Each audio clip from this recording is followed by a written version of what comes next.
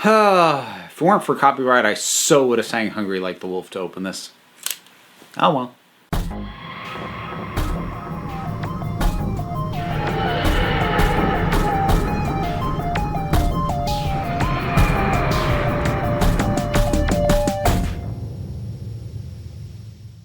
I say that, I don't know if I actually would have, but it's not an option anyway, so who cares? Hey, everybody! It is time for Overdue Doctor Who review, and I have arrived at Cold War.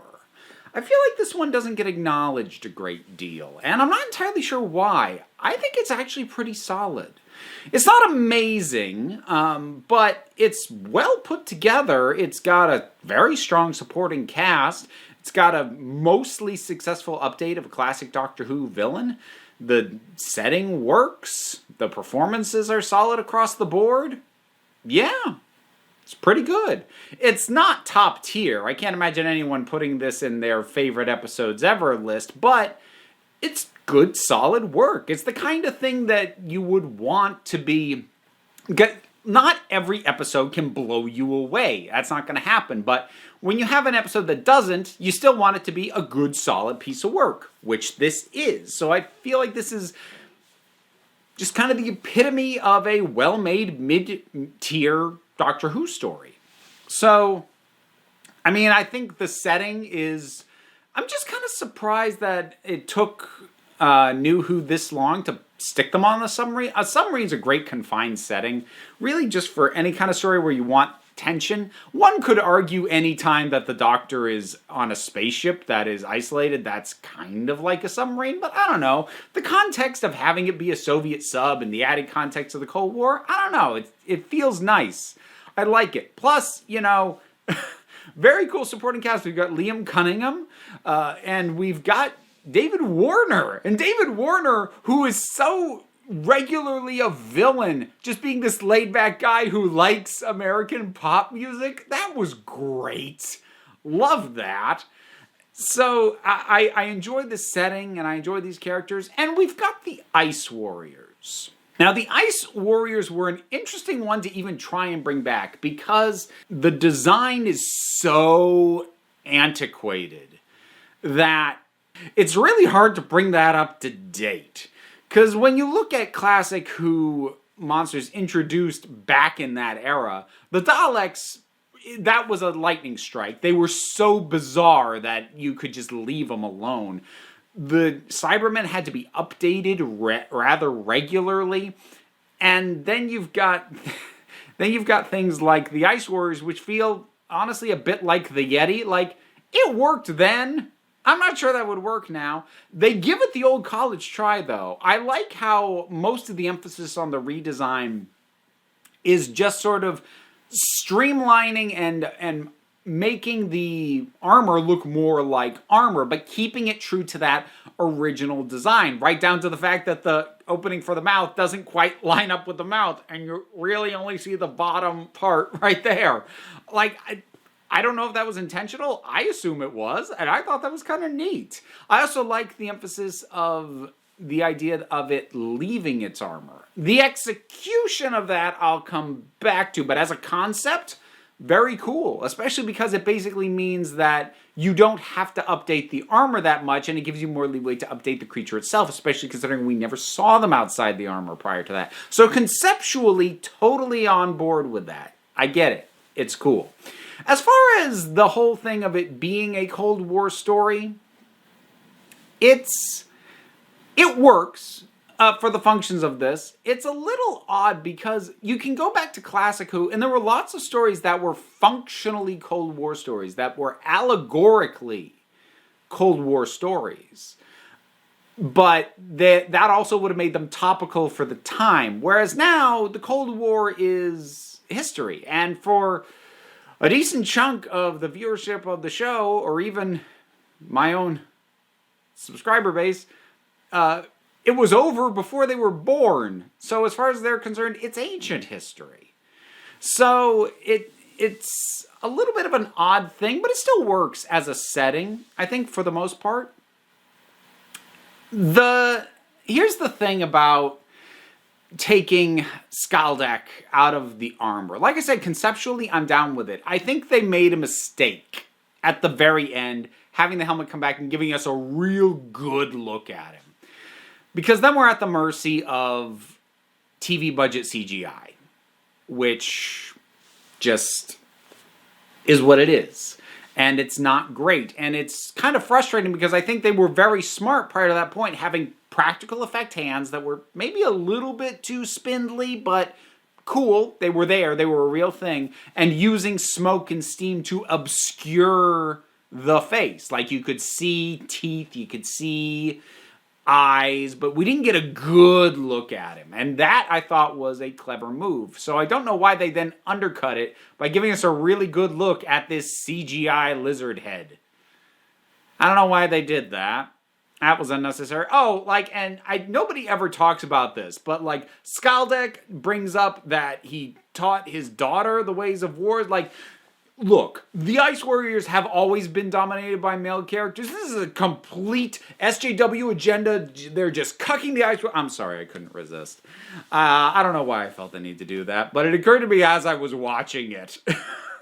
Just that thought process, which I'm not trying to actually parody anybody specific. I don't think anybody's ever made that claim about the Ice Warriors.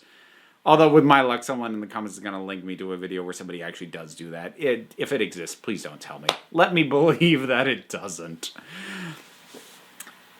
Overall, this is actually an episode that's hard to find a lot to talk about because it is just solid. It's good, solid, nuts and bolts storytelling.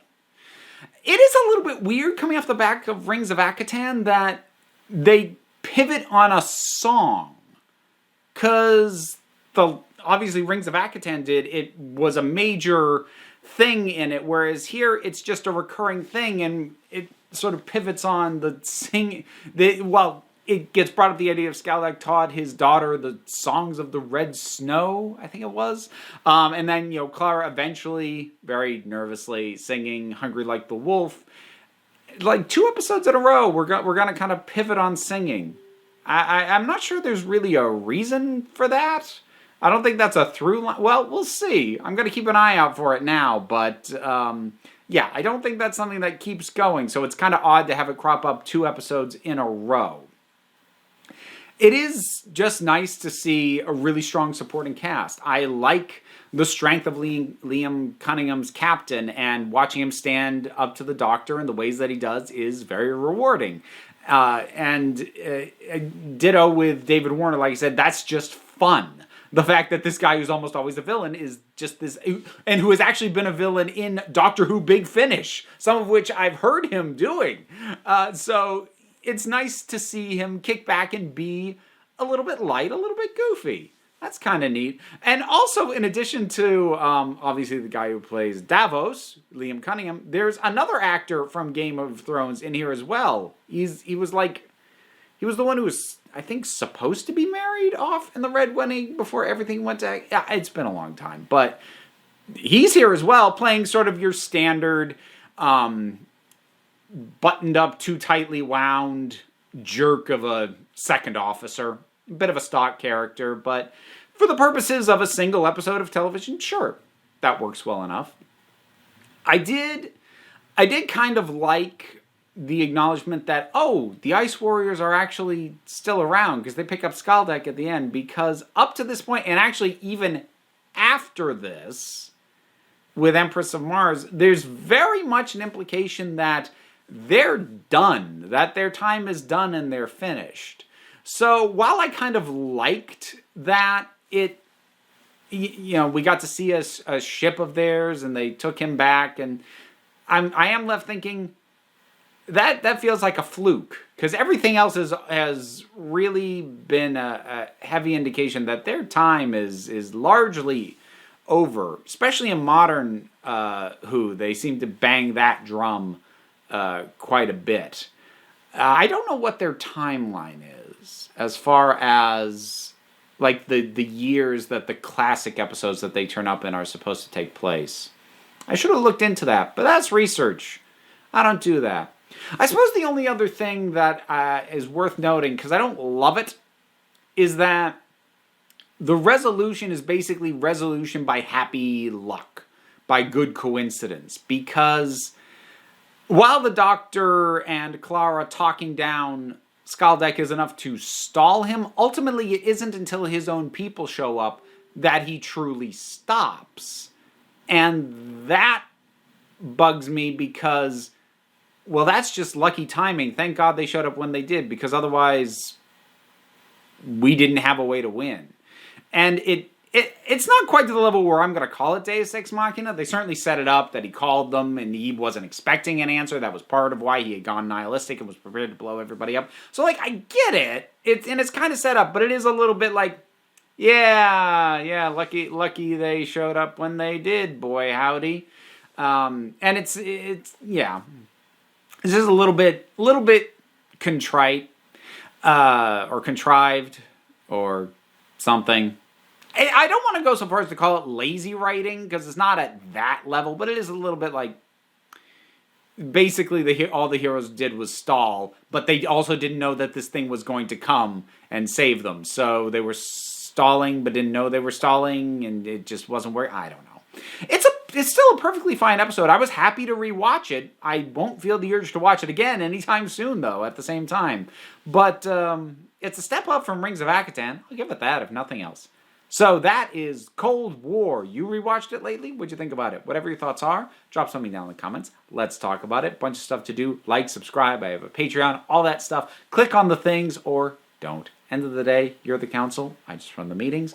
And until next time, this council is adjourned. That friggin' thing.